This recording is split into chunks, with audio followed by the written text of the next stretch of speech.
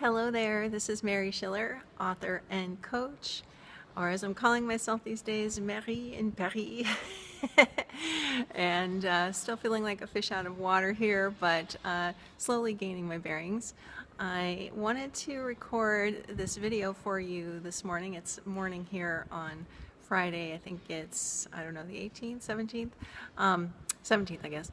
And there's a little bit of background noise because actually outside my building they're setting up some scaffolding to do some repair work on the building next door, so I apologize for any noise you hear in the background.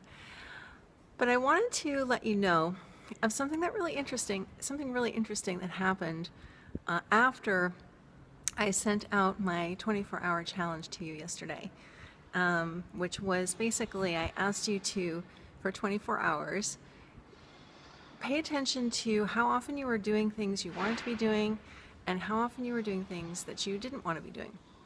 And in the video, I mentioned that one of the reasons why I think it's so important for us to listen to the callings of our heart and to really pay attention to what we're being asked to do from within is because it seems like it's a way for us to connect with mind in three principles: language, universal mind, to really experience a deeper and more powerful connection to the creative intelligence that is joining all of us together, but is being expressed through each of us individually. And that it's also a way for us to allow others to experience that by having the benefit of our creative gifts because we're listening to what we're being called to do. And I should also mention that, you know, these heart callings, as I like to describe them, can change over time. You know, they, at one point in your life, you might be called to do one thing, and then later on, you might be called to do something completely different. And there are many, many people who have made radical life changes in their career direction, for instance, when they've realized that there's something else that they want to be doing. And so that relates to what I'm going to share with you. So yesterday, as I was going through my day, I had a lot of thinking. I was really not in a good state of mind at all yesterday. I did have some fun.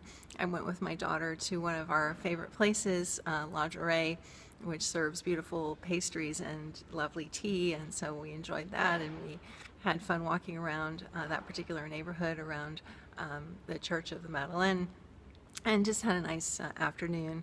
And then in the evening, my daughter made some quiche, which was lovely. So I had some good experiences yesterday. But something was really nagging at me in the back of my mind, and I finally decided to just sort of pause and listen to what it was saying. And what it was saying was, Mary, you need to stop doing one-to-one coaching. You need to stop doing one-to-one coaching. And I was like, okay, so what will I do instead? And the instead answer was, you're going to keep writing books because you enjoy doing that. You're going to start creating some online classes for people to take at their leisure, you know, a way to experience these three principles in all different ways on their own time frame. You're going to keep recording audios because those are really, really helpful to people. You've gotten such good feedback on that. And you're going to write some fiction. That was courtesy of my daughter pointing out to me that I have some talent in that area and she'd like to see me pursue it, and that sounded like fun. And you're also going to create some more group programs, Mary. You're going to work with larger groups like you've been doing with your creative partner, Sarah Murrah, and keep going with that. And then sort of the coup de grace, or the pièce de résistance, however you want to put it, also came to me. And I have no idea if this is going to happen. It's not really in my control, but it was something that a very good friend of mine mentioned, oh gosh, about a year ago. She said, you know, Mary, I think if there's a way for you to become a real face for these principles, you should try to do that because of your story, of your quick recovery from post-traumatic stress disorder, and your ability to speak about that. She said, I think you would really make a great motivational speaker, and you could become sort of a face of the three principles. So that's the other piece. is that I would really like to become a motivational speaker. I would like to speak to large groups, whether that's through video like this, or in person, or even virtually.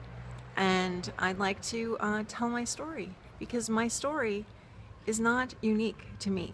You know, one of my wonderful readers responded to the email and said that, you know, she felt like I was unique in some way, that my quick turnaround was not normal, and in fact she'd been told by other Three Principles practitioners that I'm an unusual case.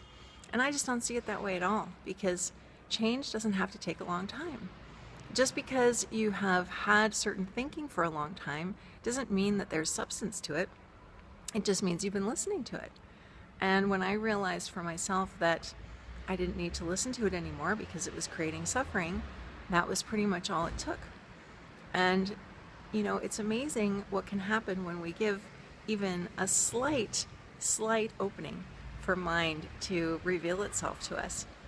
So I hope that this video has been helpful to you, and I would love to hear your thoughts and comments. So please feel free to post them here on YouTube, or respond to an email from me, or just write to me at mary@maryschiller.com.